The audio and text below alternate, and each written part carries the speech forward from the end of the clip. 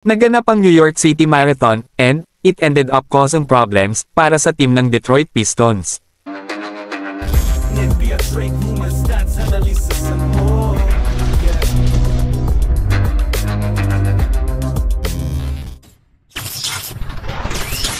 Sa pagsara ng karamihan sa big avenues ng lungsod para sa thousands of runners na stampeding through the streets, tila hindi nagawang magmaneho ng Pistons mula sa kanilang hotel patungo sa Barclays Center para sa kanilang matchup sa Brooklyn Nets. Ano ginawa nila?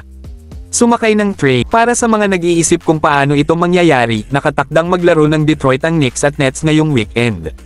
Malamang nananatili ang team sa Midtown Manhattan, malapit sa Madison Square Garden, at nagplanong magmaneho lang sa ibabaw ng Brooklyn Bridge para makapunta sa Barclays para sa laro ng Nets.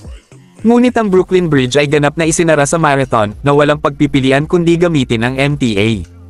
Kailangang sumakay ng tren ang mga players ng Pistons para magtrabaho, tulad ng milyon-milyong iba pang taga New York.